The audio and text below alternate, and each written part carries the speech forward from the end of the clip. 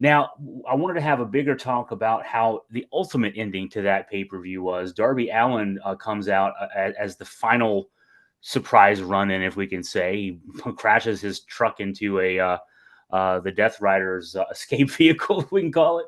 And so, we have been talking as we previewed the show last week.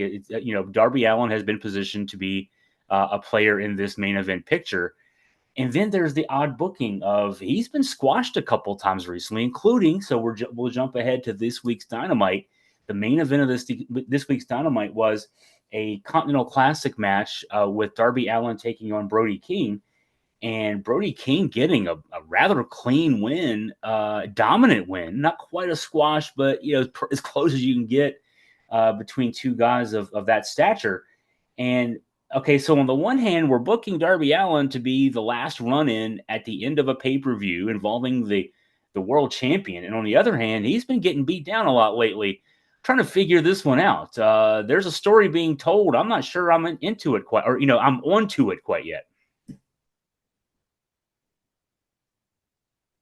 Part of me feels like we all expected Darby Allin to be the end game for John Moxley in this championship run. So maybe they're building up to him being put on the shelf for a while because clearly you look at the match a month ago against Brody King versus on Wednesday night, two very different matches. And it's not like Brody King has improved drastically. So obviously the problem is that Darby Allin has sustained a lot of damage, a lot of he literally was in a car crash on Saturday night, but he's probably accumulated multiple car crashes over the last month between getting attacked by Claudio, you know, uh, fighting the Death Riders, then crashing the car on Saturday night. I mean, he's clearly not physically well. And you think at the end of this Continental Classic, however far he goes in the tournament, he's not going to be better off than when he began it.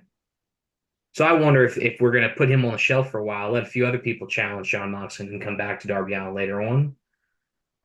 It's hard to say. I mean, part of me wants to think that they're obfuscating the fact that Darby Allin's the eventual next champion by making him lose so much that he has to go away for a while and gets hurt. But it's tough to say. I mean, AEW oftentimes is planned so far in advance the booking that it's hard to tell. Maybe things have changed.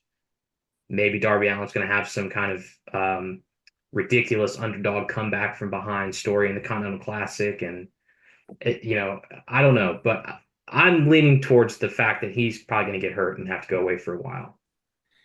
Yeah, they're sending him out there. The match with Brody King, he's out there with loads of athletic tape on. So losing clean when you're, in that they're showing his physical discomfort. They're definitely telling a story as far as that goes. But having your guy that you think might be a contender, even a few months down the road, they'll have to repackage that if that's the case.